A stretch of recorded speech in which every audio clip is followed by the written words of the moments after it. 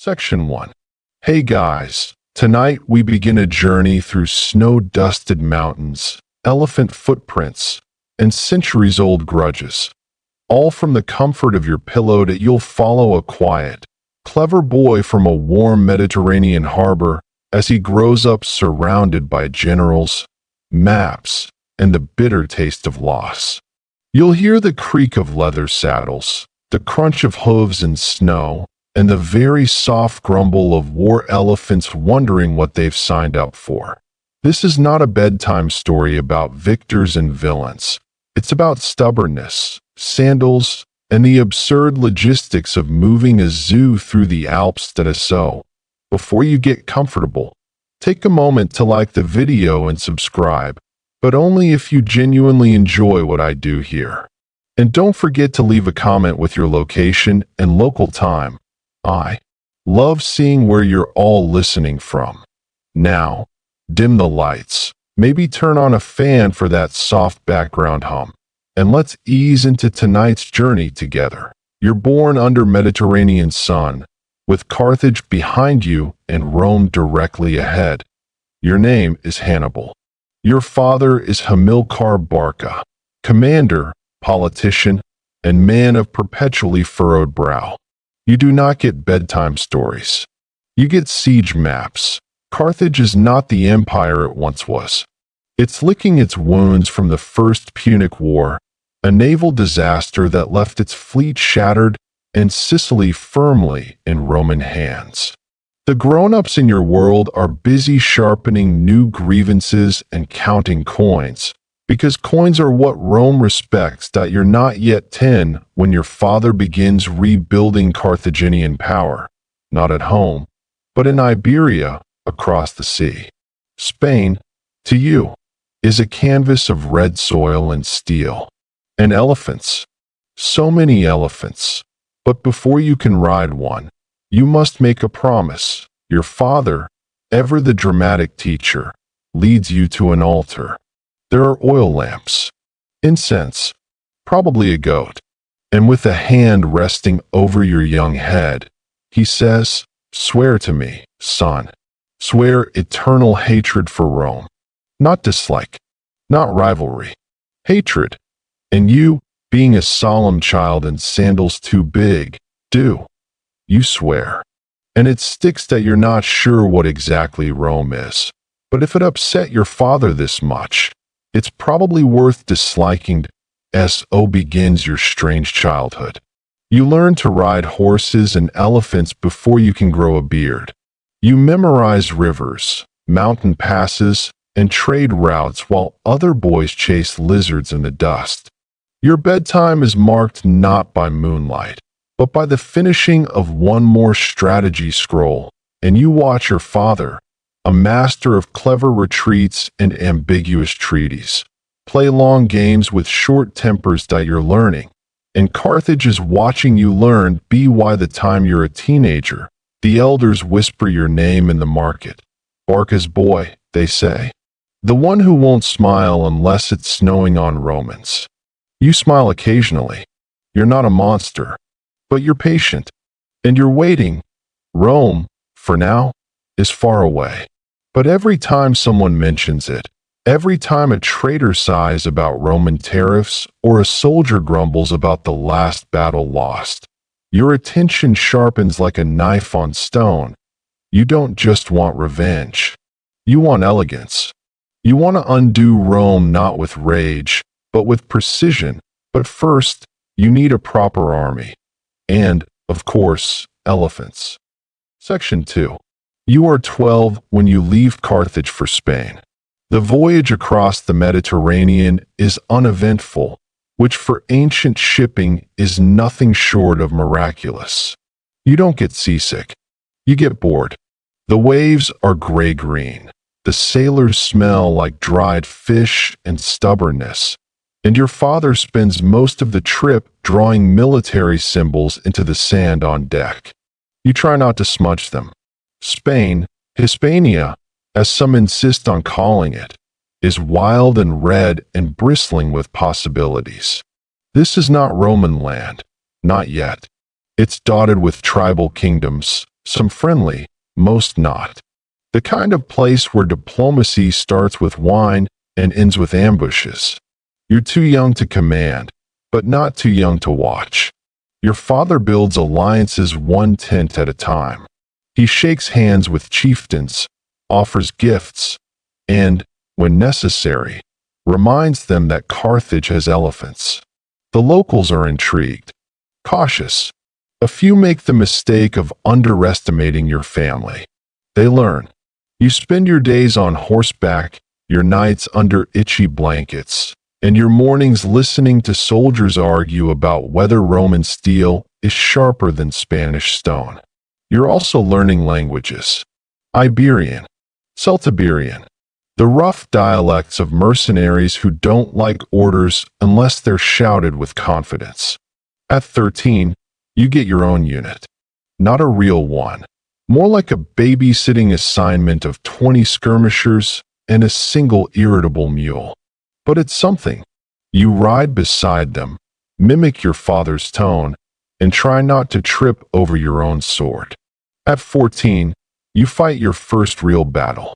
It's messy, loud, confusing.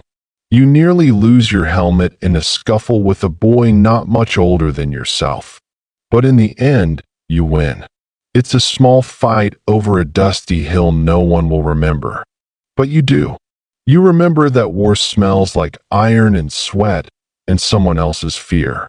You remember that orders don't always get followed, and that courage, despite what the poets say, doesn't feel like fire. It feels like sand in your mouth and the strange calm that comes right after you realize you're not dead. Your father pats your shoulder after the fight. He doesn't say, "Well done." That would be too generous. He just nods, and that's how you know he's proud.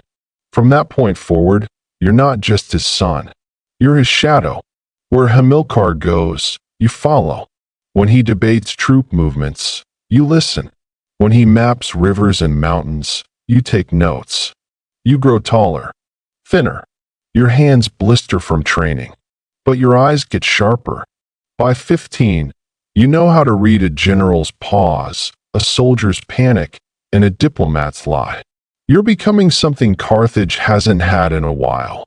A commander who listens more than he speaks, and then speaks just enough to be followed. But history isn't patient. And soon, your father dies. It's sudden. A skirmish gone wrong, or maybe just a twist of fate in a land that has no shortage of knives and ambition. You don't get to say goodbye. One morning, he's beside you planning an assault. By nightfall, he's a memory with a statue waiting to happen. Carthage is shaken. The army murmurs. And someone says, "What about the boy?" The boy, that's you. 17 now. Quiet. Focused. Still carrying the old man's maps. You step forward. And without raising your voice, without pounding the table or swearing vengeance, you simply ask, "Where's the next target?" That's how it begins. Not with a roar, but with a question. Section 3. War doesn't begin with trumpets. It begins with grain shipments, jealous neighbors, and an overly confident city-state trying to keep its promises. You are 17 when you inherit your father's seat and his unfinished business. Carthage never made peace with Rome. Not really. After the First Punic War, they agreed to stop fighting and start pretending, which is often worse. While Rome built roads, you built resentment. While Rome took Sicily, you took notes. And now, with Iberia nearly under your command, you need more than maps. You need a spark. That spark is called Saguntum. It's a Roman ally, sitting smugly south of the Ebro River, that imaginary line Rome swore Carthage must not cross. You are, famously, not fond of lines. Saguntum doesn't attack you. It simply exists in the wrong place at the wrong time with the wrong friends. You give them a chance, not a generous one. They decline, and so begins your first real siege. Saguntum holds for 8 months. It's long. It's brutal. It's a lesson in patience. Walls are stubborn things, and your soldiers learn to hate stone. You try everything: blockades, towers, tunnels, fires, and more than a few sharp lectures from your engineers. Eventually, the city cracks, not from force, but from hunger. The defenders fall not with a scream, but with a sigh. When the gates open, it's not triumph, it's relief. Rome, of course, is furious, but you're already moving on. You don't wait for Carthage's approval. You don't send flowers to the Senate. You know what comes next. War. Real war. Rome will send armies. You'll send elephants. You've seen this game before. You call your officers into a tent lit by lamp oil and nerves. They expect a defensive campaign, maybe naval raids or skirmishes near the Pyrenees. You unfold your plan. No coast, no ships, no waiting. You will take your army through the Alps. You will march over the mountains. You will descend into Italy itself and strike Rome where it thinks it's safe. The tent goes quiet. Then, confusion. Then, a polite chorus of, "Sir, what?" They list reasons this is impossible. It's cold. It's steep. The tribes are hostile. The paths don't exist. And also, sir, the elephants. You listen. You nod. You agree. And then you say, all of that is true, but they won't see it coming. That's what matters. Rome is prepared for logic. They are not prepared for audacity. The logistics are absurd. You need supplies for tens of thousands of men, cavalry, pack animals, siege engineers, and 37 elephants with opinions. You'll have to forage, barter, fight, and beg your way through terrain that has humbled better men. But this is why you've trained. This is why your men trust you. You break camp in late summer. You cross the Pyrenees first. It's rocky, narrow, but manageable.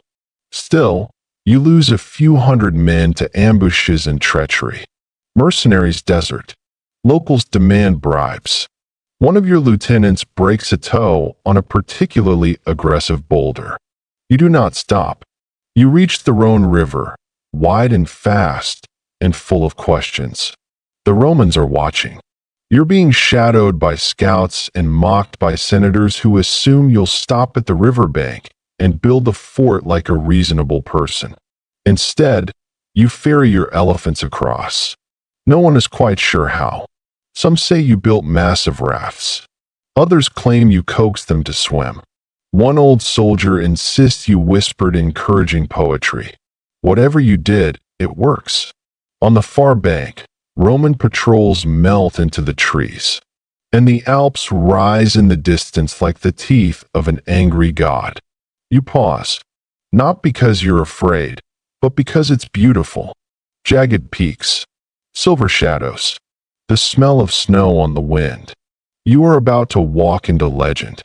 Your men look at you. They're waiting for a speech. You give them none.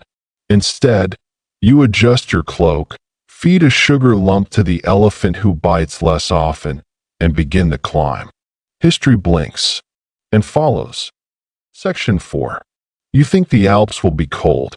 They are worse than that. They are cruel. From a distance, they look like stony giants napping in the clouds. Up close, they are walls of ice, wind, and bad decisions. The paths vanish into mist. The air is thinner than a Roman excuse. And the slopes? They don't slope. They drop. Still you climb. Because once you start, there's no turning back. Your army is made of men who have fought for gold, pride, and the occasional roasted goat. But none of them signed up for frostbite. You try to keep morale high. You walk with them, sleep beside them, eat what they eat, mostly dried dates, old cheese, and one suspicious stew nobody asks about. At night, the campfires flicker in little bowls of rock, like stars fallen to earth. Soldiers wrap themselves in wool and regret. One of your lieutenants tries to tell a joke about a Roman and a bear. No one laughs. Not even the elephants. Speaking of which, yes, they're still here. The elephants are adapting. Slowly. They hate narrow trails. They hate wind. They especially hate snow. One refuses to move until bribed with an entire barrel of fermented figs. Another slips, panics, and nearly flattens a dozen mules. You rename him Thunder. The worst day comes in the middle of the third week. You reach a stretch of mountain where the trail has simply collapsed into nothing, a rock slide from an earlier storm. Below is a sheer drop. Above is a wall of ice. Behind you, too many footsteps to retreat. You do the only thing you can. You invent a road. Engineers chip and carve. Soldiers haul timber, stone, and stubbornness. You burn parts of the cliff face to crack the rock, then dig it out. It takes days. Fingers bleed. Tempers fray. But inch by inch, you move forward. Your men begin to chant when they work. Not songs, just phrases. Repeated, grounded, rhythmic. Forward, forward, forward. Even the elephants start to hum. Or maybe it's just gas. Who knows anymore? You lose men. Frost takes some. Falls take others. A few simply sit down and do not get up. There is no shame in that. Not everyone was built for this kind of madness. But for every one who falls, 10 others keep going. And you are with them. You limp from camp to camp, checking the sick, talking to the scouts, coaxing your generals out of their gloom. You are not cheerful, but you are constant. They don't need a speech. They just need to see you walking. That's what keeps them moving. And then one morning, a scout returns breathless. He points down, not up. The valley. Italy. You've made it. What's left of your army spills onto the lower slopes, like water freed from ice. Ragged, tired, filthy, and alive. You stop beside your elephants, or what remains of them. Only a few made it. One is missing a tusk. One is missing most of its patience. But they stand. You run your hand along Thunder's flank. He leans into the touch, and for a moment, you are not a general. You're just a very tired man who survived something ridiculous. You've crossed the Alps. Rome doesn't know it yet, but the war has already changed. Section 5. You are in Italy now. Not the marble Rome of poets and senators, but the upper plains, the wild green of Cisalpine Gaul, where the rivers run cold and the locals aren't entirely sure what century it is. You arrive like a rumor. The Romans didn't expect this. They thought you'd fight a border war, maybe try your luck in Spain again. But no, you dragged elephants through the Alps in autumn, because why do things the easy way? Your men are exhausted, but exhilarated. They have earned every blister and every breath. The survivors have that lean, hard look of people who've seen too much and somehow smiled through it. You give them rest. Not much, of course. Just enough time to grow suspicious of warm food. The Roman army is coming. You know this. You can almost hear the grinding of their sandals as they organize, inspect, march, and rehearse proper battle formations. You're not worried. Because you're faster. You don't march like Rome. You flow. Your army is a river, adaptable, winding, sometimes shallow, sometimes terrifyingly deep. You know this land better than the locals. Your scouts ride ahead, your cavalry darts through forests, and every village you pass hears the same story. There's a general with dark eyes and war elephants, and he's not in a hurry, but he's not going away either. You meet your first real Roman army near the river Ticinus. They're led by Publius Cornelius Scipio, noble, brave, and utterly unprepared for what you've brought with you. He expects a standoff. You give him a surprise. You don't wait for formal introductions. You attack with cavalry, striking like a wasp nest tossed into a wedding. The Roman lines waver, then bend, then run. Scipio is wounded and barely escapes. His son, young, angry, wide-eyed, drags him from the field. You will see that boy again. You don't know it yet, but he will one day carve your name into history. But for now, you win. Clean, sharp, fast. The news spreads like fire through olive groves. Rome's invincible army just lost a fight to a man who talks to elephants. Your own men are giddy. Victories are good for morale. So is meat. You let them rest again, long enough to roast something and tell exaggerated versions of what just happened. But you are already thinking ahead. Winter is near, and you are in enemy territory with no supply lines, no reinforcements, and no plan B. You'll have to survive off the land and the goodwill of Italian tribes who hate Rome slightly more than they hate you. Fortunately, you are good at making friends. You don't conquer the Gauls. You convince them. You show them you're not Rome, and that Rome is probably sending tax collectors this spring. They nod.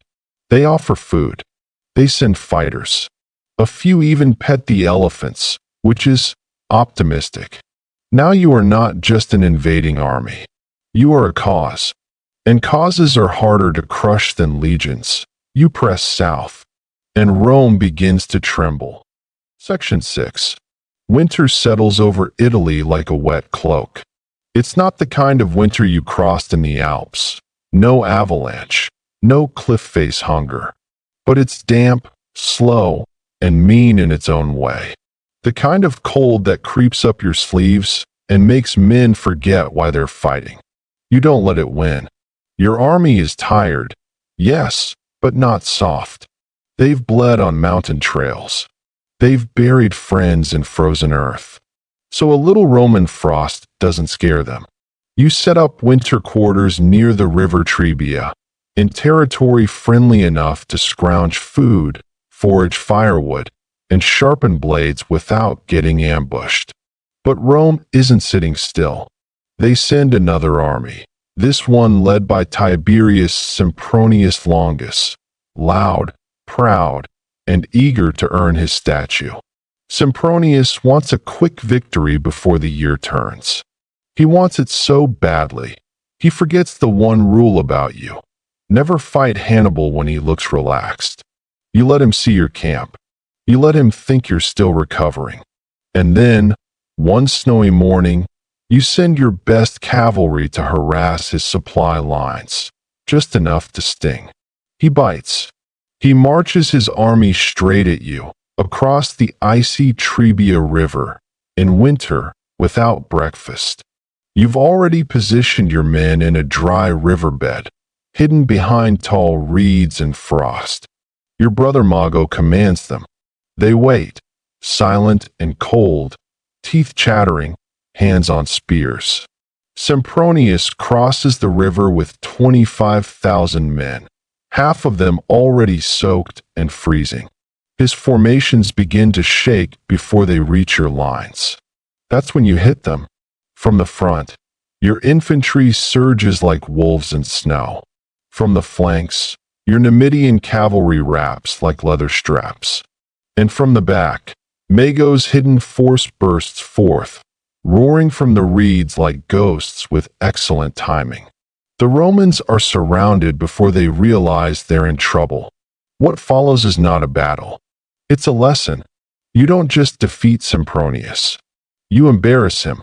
His army disintegrates into the icy river, stumbling and slipping, dropping shields, yelling prayers. Some drown.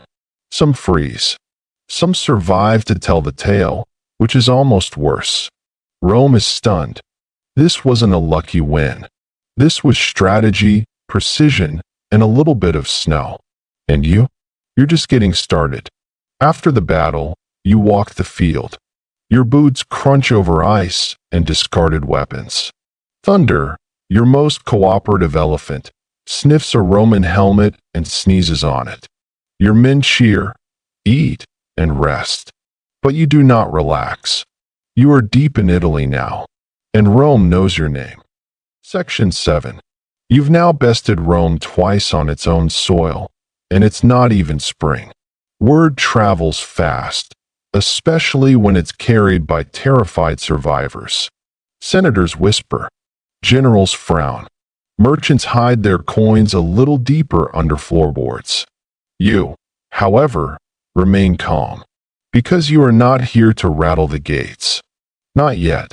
You are here to unravel the idea of Rome itself, slowly, deliberately, like peeling bark from a tree until it falls by its own weight.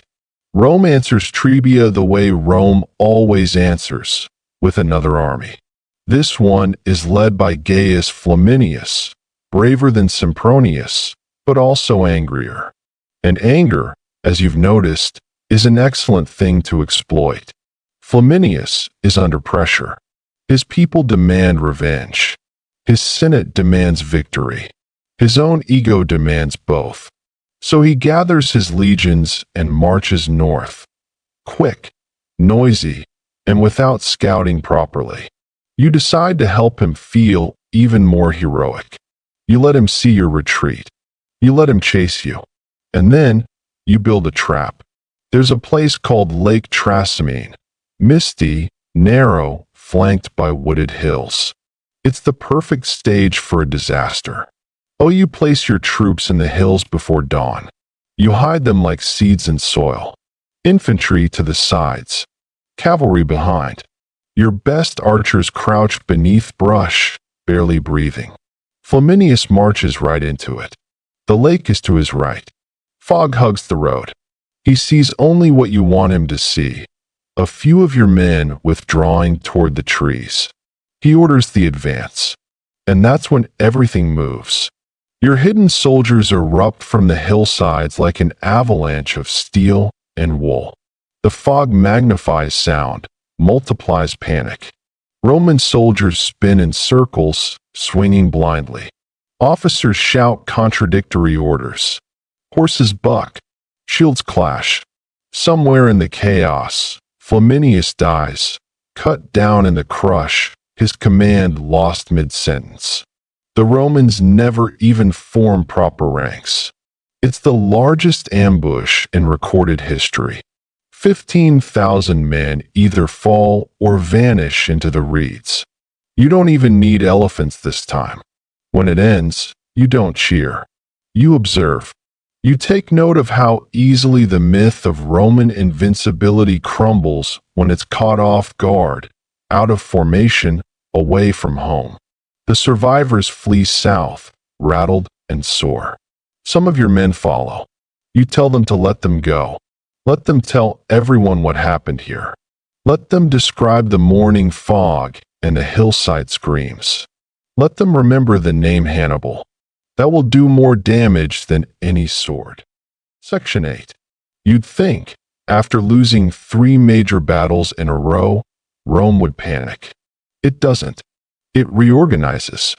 Because Rome, for all its ego and granite monuments, understands one thing better than anyone: how to survive. After Lake Trasimene, the Senate doesn't elect a new hot-blooded general. Instead, they appoint a dictator. His name is Quintus Fabius Maximus, and his plan is brilliant, infuriating, and very, very boring. He does not chase you. He does not fight you. He does not give speeches. He avoids you, utterly.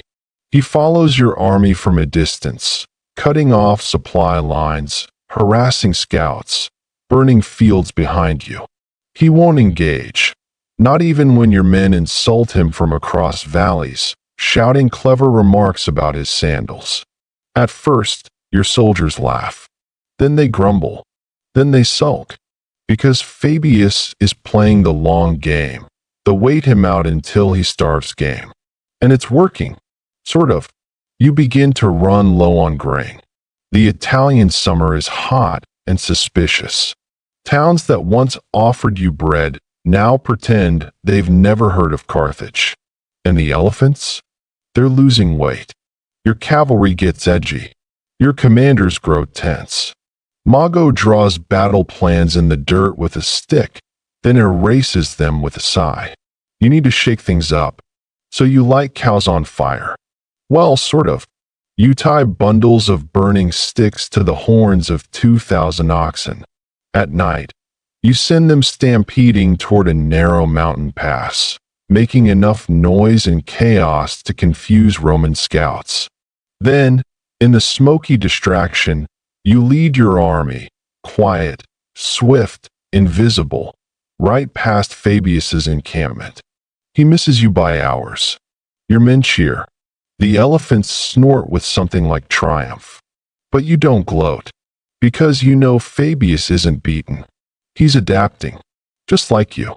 And while he retreats into caution, you march deeper into Italy, toward a name whispered by every farmer, noble, and legionnaire.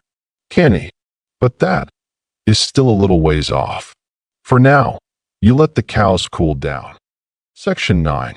Canny is a quiet town in southern Italy, mostly known for grain storage and having just the right shape for catastrophe.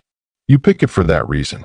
The Roman army, now led by two consuls, Lucius Aemilius Paulus and Gaius Terentius Varro, has grown impatient. One of them wants to be careful. The other wants glory. You're not sure which is worse. But you do know this. When two people share command and disagree, that army becomes a puppet with tangled strings. You take position near the river Aufidus. The terrain is perfect, flat, open, wide enough to stretch Rome's pride to its breaking point. You don't want a small, chaotic brawl this time. You want structure. You want order. You want to snap it. On the morning of the battle, the air is thick with heat and expectation. You position your troops in a shallow crescent. Infantry in the center, cavalry on the wings. You put your best Iberian and Gallic troops where the Romans won't expect them. On the flanks, not in the heart. The Romans form up in their usual dense block, 30,000 strong, marching forward like a tidal wave made of iron and overconfidence. You let them push. You let them press into your center, folding it back, step by slow step. Your middle seems to bend, to crumble, to break. It doesn't. It's a trap. The more they push, the more they are surrounded. Your flanks swing inward. Your cavalry returns from their skirmish with the Roman horsemen, circling behind. And suddenly, the Romans are encircled. Completely. It is a maneuver so precise that generals centuries later will study it with awe. The double envelopment, they will call it. But to your men, it's just another long day of very hot stabbing. The Romans panic. Their rear ranks push forward, trying to escape. The front lines have nowhere to go. It becomes a crush, men suffocating in formation, their shields useless, their commands unheard. By the end of the day, as many as 50,000 Roman soldiers lie dead. It is the worst defeat in Roman military history. And you? You barely break a sweat. Canny is not just a victory, it is a message. Rome bleeds. Rome falls. Rome forgets to check its flanks. But again, you do not gloat. You know Rome won't give up. It never does. Which means neither can you. Section 10. After Canny, the world tilts. Not just for Rome, which now must explain how it lost the better part of 8 legions in a single day, but for Italy itself. Because now, suddenly, you are not just a foreign general with elephants. You are a possibility. Cities that once shut their gates when you approached begin to reconsider. Towns send envoys. Former allies of Rome glanced nervously at their treaties, wondering if maybe, just maybe, they backed the wrong marble columns. Capua defects first. Others follow. Even some Greek cities in southern Italy begin to listen. You welcome them, not with threats, but with careful diplomacy. You promise autonomy, protection, trade. You tell them what every subject of empire secretly longs to hear. You don't have to be like them to survive them. And then you wait. Because Rome, though wounded, is not dead. It refuses to die. The Senate raises new legions, offers amnesty to deserters, sends messengers riding in every direction with letters stitched in resolve. They refuse to negotiate, refuse to surrender, refuse to call you anything but that Carthaginian. It's admirable and frustrating, because you expected Rome to fold. Instead, it hardens. Fabius returns to power, his caution now considered genius. He avoids direct combat, scorches earth, withdraws from places you might want to rest. His new nickname, Cunctator, the Delayer, is meant to mock him. It becomes a badge of honor. You still have the advantage. Your army is experienced, mobile, loyal.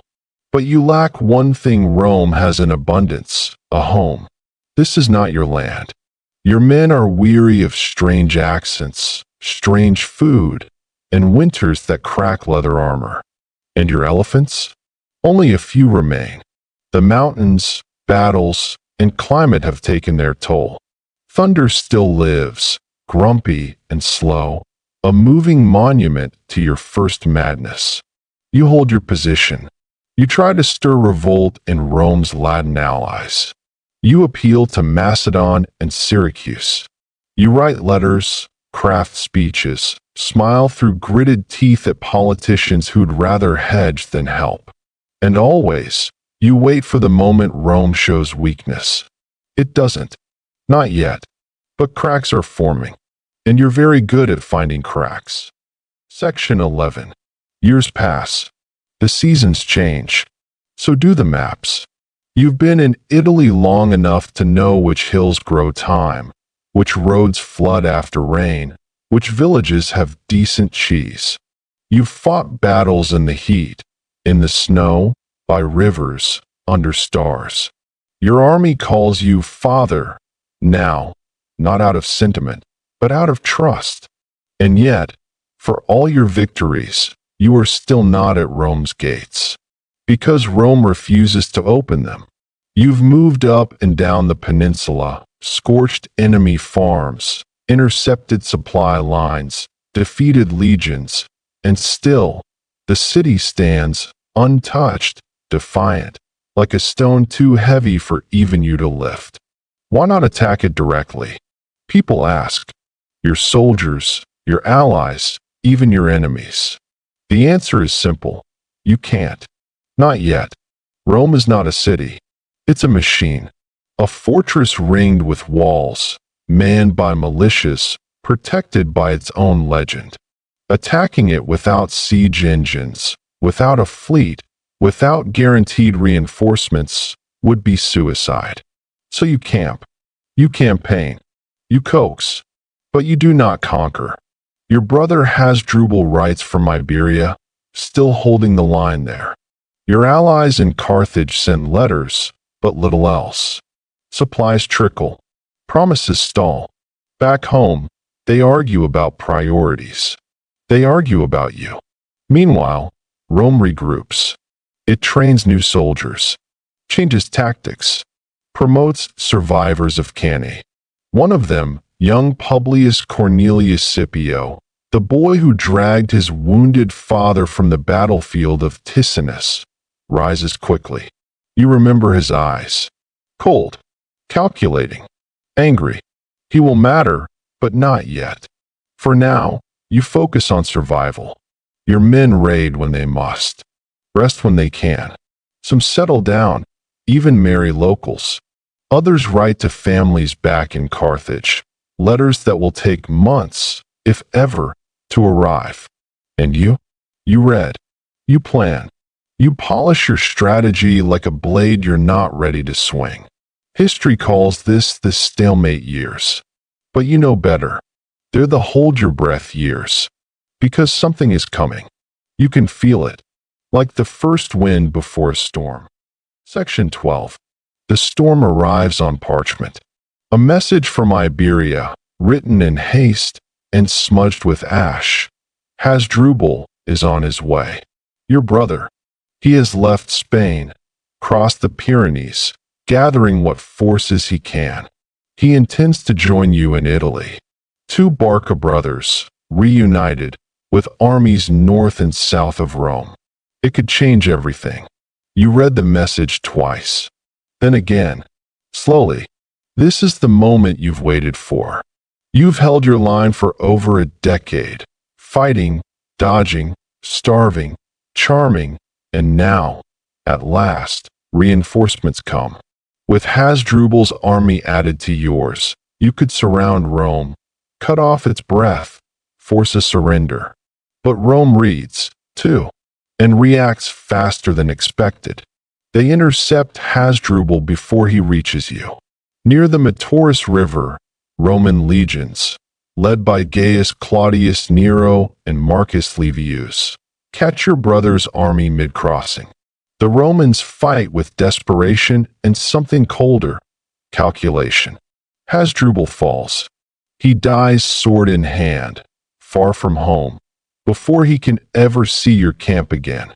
But the message he carried, a written coordination with your forces, is not burned. It is not buried. It is delivered by Roman hands to you. The moment is quiet.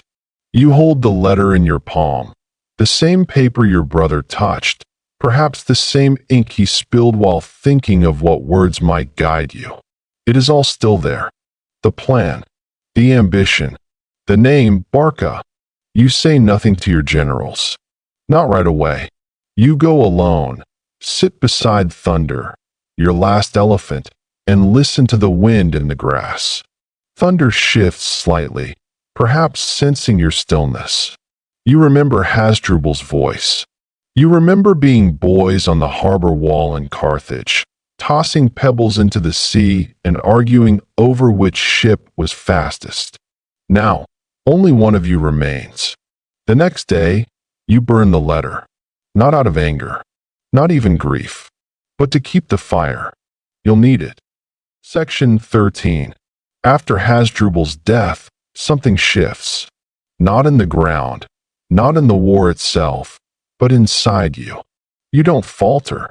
You don't retreat. But you begin to feel the weight of waiting. The years stretch long behind you. The soldiers you crossed the Alps with are older now, some gone, others quieter. Your elephants, just one, really, graze slower. Even thunder has stopped charging at shadows. And Rome? Rome is learning. It's no longer the overconfident machine you met at Trebia or Cannae. It's leaner now, sharper. Every battle you don't fight, it studies. Every town you lose, it remembers. Worse still, Scipio is rising. The boy from Ticinus is now a general in Spain, and word reaches you that he's doing things your way. Surprise maneuvers. Diplomatic whispers. He's not just beating your forces in Iberia, he's understanding them. Understanding you. It's like fighting your reflection in another land. Meanwhile, in Italy, you remain. You hold court in Capua for a time. You receive envoys. You keep your army fed. But more cities defect back to Rome than join your cause. People are tired. They crave certainty. And Rome, brutal and slow, still offers something you can't. Permanence. You try to rekindle the fire. You raid. You ambush. You launch a surprise attack near Venusia, catching a Roman convoy off guard. It works. For a moment, your men cheer again. But it's not like before. Even your victories feel quieter. You write to Carthage again, requests for supplies, reinforcements, strategy. The responses are few, the support thinner each time.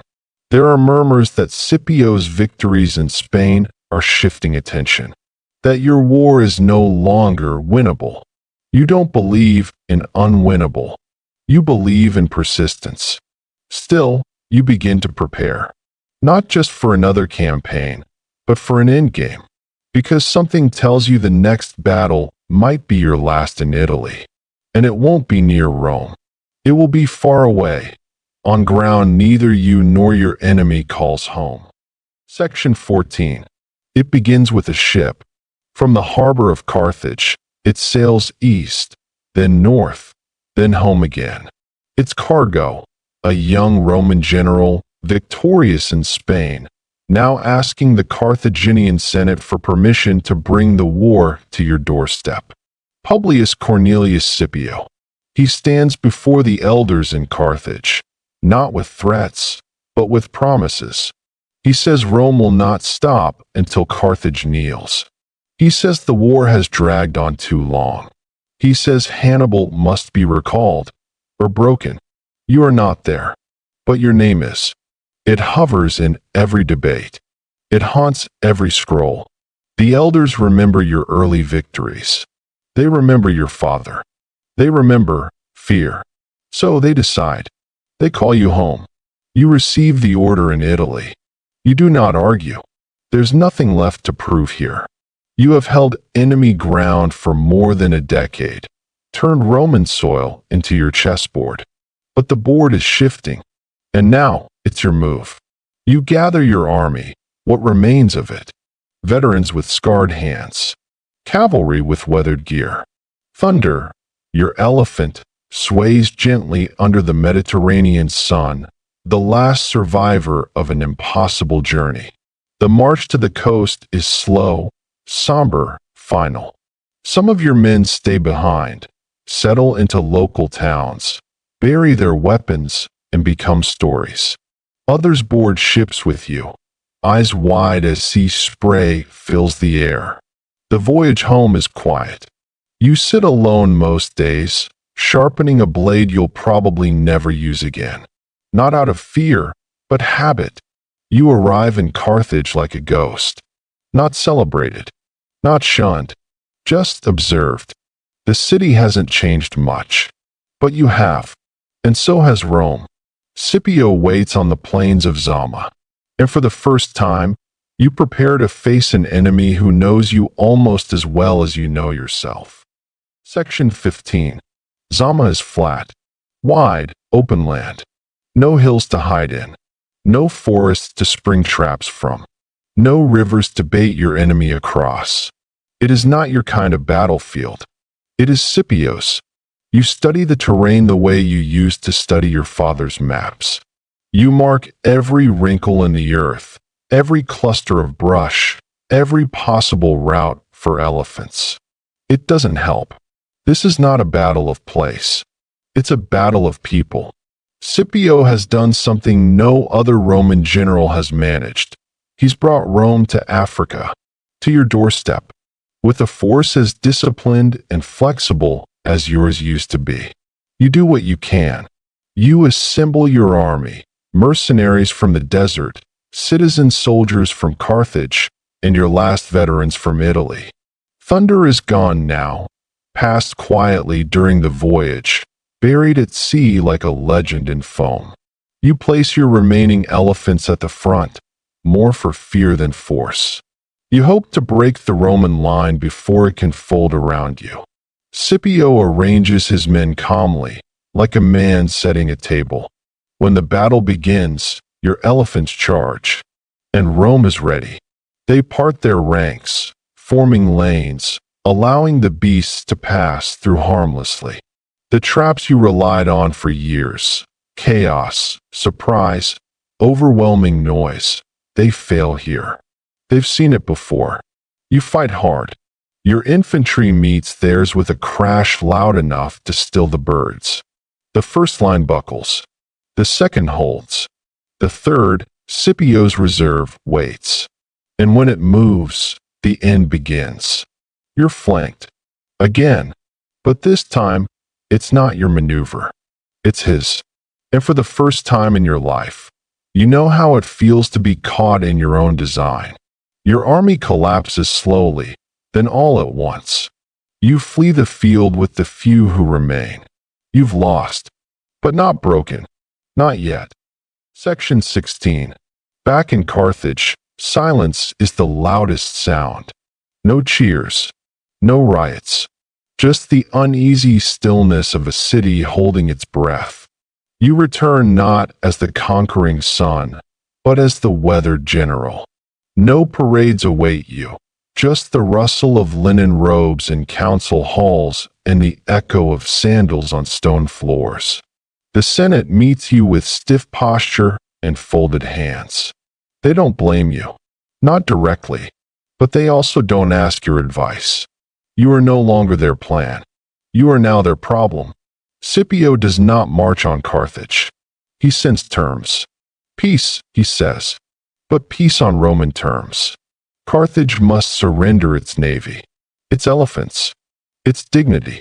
It must pay tribute, heavy, yearly, humiliating. You're asked to advise on the terms. You stare at them a long time. The city buzzes with indecision. Some want to fight again, to rally what's left. Others just want it to be over. Shops close early. Soldiers whisper. Mothers hide their sons from conscription lists that may never come. You stand before the Senate. You speak slowly, clearly. If we accept these terms, you say, we live on our knees. If we reject them, we may not live at all. No one claps, but no one interrupts. In the end, Carthage accepts. The treaty is signed. Rome wins the war. And you? You fade. You are not imprisoned, not executed. You are parked, given a modest home, left under watch, allowed to live as a symbol of what Carthage once dared to be, and what it must never try again. You read. You walk. You do not write memoirs, but the world writes them for you. And in every version, in every language, one truth repeats. Rome won the war, but only because Hannibal ran out of time. Section 17. Your exile is not dramatic. There are no chains, no lonely towers, no secret messages hidden in bread loaves. Just distance. The Carthaginian council, under Rome's watchful eye, politely suggests you leave the city. You do. Quietly. You travel east, first to Tyre, then to Ephesus, then further still, you become an advisor. A foreign curiosity. A name whispered by kings who want to beat Rome without looking like they're trying too hard. Some want your military insight. Others just want to say they've met you. You give them both. You meet King Antiochus III of the Seleucid Empire. He dreams of challenging Rome, dreams loudly, proudly, and with a touch too much wine. He invites you to his court, makes you an honorary commander. You smile. You accept, but it's never the same. His army isn't yours. His cause isn't yours. His methods are not yours. When he fights Rome in Greece, you advise caution. He charges in any way. The result is predictable, a defeat. Another name added to Rome's growing legend. Still, you endure. You move from court to court. People still seek your advice. Sometimes they listen. Sometimes they don't.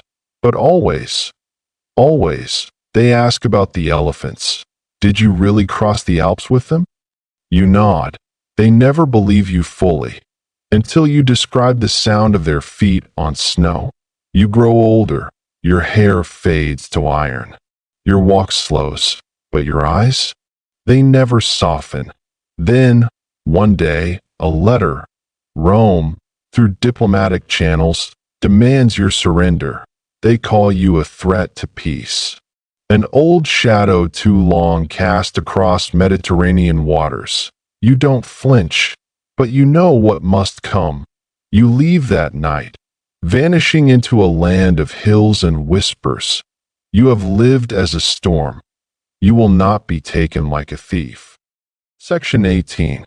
The years grow quiet. You live under aliases now, tucked into the corners of kingdoms not yet claimed by Rome. Sometimes as a merchant, sometimes as a wandering scholar. Once, even briefly, as a shipbuilder. No one believes you're that Hannibal. You don't correct them. You move often, always just ahead of envoys with too many questions. Rome never stops hunting you. To them, you're not just a man. They've turned you into a symbol. The one who almost brought down the Republic. The bogeyman of Senate dreams. You wear that like armored eye in Bithynia. King Prusias offers you shelter. It's a thin shelter. He's under Roman influence, but not yet Roman rule.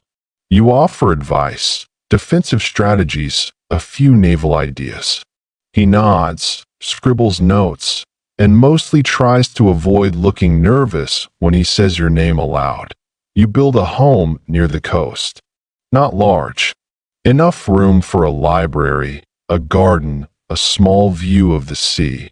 You read histories, especially Roman ones. They speak of Cannae now with awe, not shame. They describe your tactics in lectures, your movements in academies that you're not just remembered that you're studied. That, somehow, is worse, because you're still alive, still here, still watching. Point one night, a messenger arrives in secret. He doesn't speak, just hands you a scroll. The seal is broken already. Rome has requested your surrender again. This time, not from a king, from the world. You sit quietly after reading. Then, slowly, you rise. You walk to your desk. You uncork a small glass vial, something you've carried for years. You whisper something in Phoenician, then drink. You lie down, facing the sea, and history, real history, blinks. Section 19. Your death echoes more than your battles. Carthage does not hold a funeral. Rome does not issue a proclamation. The sea does not still. But something changes, quietly, like the pause between notes in a song too old to trace. The world moves on. Rome tightens its grip on Africa, on Greece, on every coastline that once dared to resist. It becomes an empire slowly, like stone laid brick by hands that believe in eternity. But your name doesn't fade. It drifts that on scrolls passed from one generation of generals to the next. In classrooms where young tacticians draw diagrams of Cannae with trembling fingers. In whispered legends along alpine passes where herders still point to the cliffs and say, "That's where the elephants walked." You do not become myth. You become method, and that is rarer. Your enemies remember you not as a villain, but as a standard. A challenge, a kind of excellence that makes them better, if only by surviving you. Scipio, your final opponent, dies years later. Quietly, in his villa, in exile, like you. Before his death, he speaks your name often, not with hatred, with admiration, with something dangerously close to friendship. Your soldiers, scattered across continents, carry your lessons with them. Some teach, some farm, a few write. One old cavalryman allegedly builds tiny elephants out of driftwood, giving them to village children and saying, "This one's thunder." He hated snow. Carthage limps on for a while. Then, one day, it doesn't. Rome returns, angrier, richer, more patient. They erase the city down to its roots, salt the earth, change the maps, but they never quite erase you, because memory has no walls. And you march through more than mountains. You march through history. Section 20. Time does what armies could not. It dulls. The Alps grow quieter. The ruins of Carthage sink beneath dust and memory. The names change, kings to emperors, generals to senators. But the old stories still breathe, faint and persistent, like music heard through a wall. And in those stories, you live, not always correctly. Some say you tamed your elephants with poetry. Some say you rode the biggest one into battle, standing like a statue of war. Some whisper you cursed Rome with your final breath, vowing to haunt its gates forever. None of it matters, because truth was never your legacy. Courage was, and stubbornness, and the strange, slow art of refusing to give up, even when logic says you should. Long after the sand swallows cities and empires forget their flags, children still learn your name. Hannibal, the boy who swore revenge, the man who almost broke an empire, the ghost who crossed mountains. You were born into a world of bronze and ambition. You walked through fire, snow, betrayal, and silence. You outlived your victory, and yet, you never surrendered, and for that, you are remembered. So now, let your breath slow. The wars are over. The names, the maps, the blood-stained roads. They can rest. You've traveled far tonight, from the sunlit harbors of Carthage to the frozen peaks of the Alps, through ambushes, treaties, triumphs, and the long, long silence of exile. And yet, despite all of that, it wasn't really a story about war, was it? It was about will, about carrying something heavy, like memory or hope, or a very grumpy elephant, through a world that didn't believe you could. And maybe, somewhere in your own life, there's a mountain you didn't mean to climb, a road no one thought you'd walk, and yet, you're still here, still marching, still listening, still breathing. Let that be enough for tonight, because in this quiet moment, nothing is chasing you. There are no enemies, no urgent decisions, no maps to unfold or losses to recount, just the soft hum of the night, just your heart, steady as footsteps on snow that you've earned your rest. So breathe deeper. Feel the stillness return. Let the story fade into warmth, into calm, into sleep. And if you dream of elephants, let them be gentle ones, carrying only peace. Good night, traveler. End of script. Sweet dreams.